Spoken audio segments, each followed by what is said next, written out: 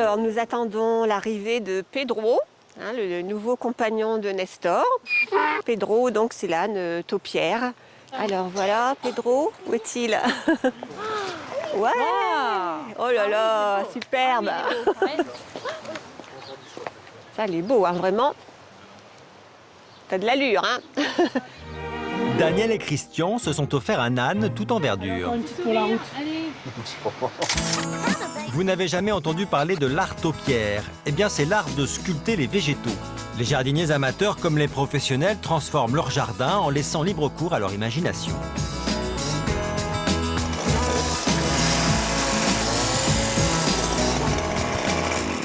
Voilà, vous voyez bien que c'est pas plus compliqué que de couper une haie.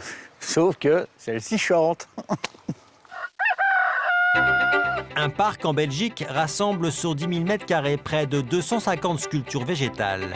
Des animaux et des personnages pour la plupart. Patrick le jardinier paysagiste met près de 10 ans pour donner naissance à ces sculptures. Certaines sont célèbres dans le monde entier. Il y a une taupière qui représente les deux personnages, qui est considérée comme une des plus belles taupières du monde. En fait, elle se trouve dans le top 20, oui, effectivement. Je vous présente la doyenne du parc. Elle a 140 ans. Un résultat stupéfiant qui nécessite plusieurs années. Denis, lui, ne veut pas attendre aussi longtemps. C'est quand même dommage de s'apercevoir qu'on ne voit les taupières que dans les grands parcs. Ce que je cherche, moi, c'est faire de la taupière en 3 mois. Il a fait le pari de vendre des créations sur mesure au grand public, de 50 à 3 000 € selon la taille. Pour obtenir en 3 mois la forme de son choix, Denis a sa technique. Je commence à faire un plan. Par exemple, là, c'est un petit schéma comme ça pour une girafe. Ça l'est pour chaque taupière. Une fois qu'on a choisi le métal pour faire la structure, il faut plier l'acier pour obtenir la forme. Passé ce stade, on le peint en vert. Vert, parce que c'est évident, à travers les plantes, il ne faut pas que ça se voit. Et ensuite, j'y mets un grillage pour que la plante puisse tapisser dessus.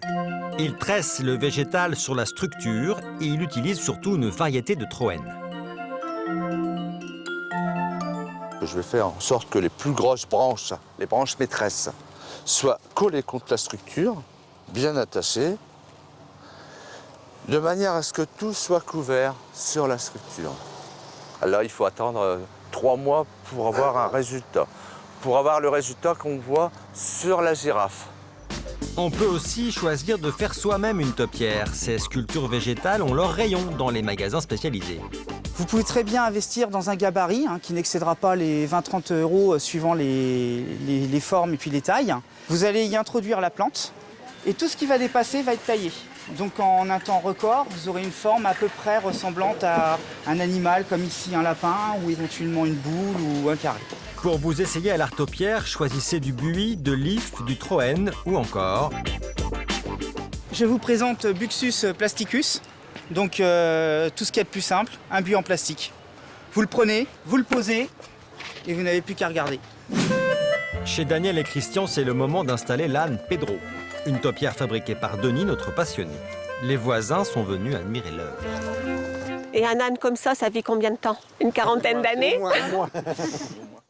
Près de la mare, l'endroit est idyllique, la plantation, un moment magique. Je vous laisse le relever, puis je vais placer les pattes.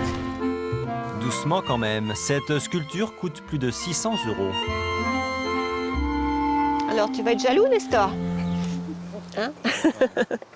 Il dit, ça y est, on ne s'intéresse plus à moi. Il boude.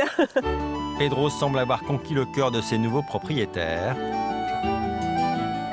Quand on partira en vacances, tu n'auras pas de travail avec lui.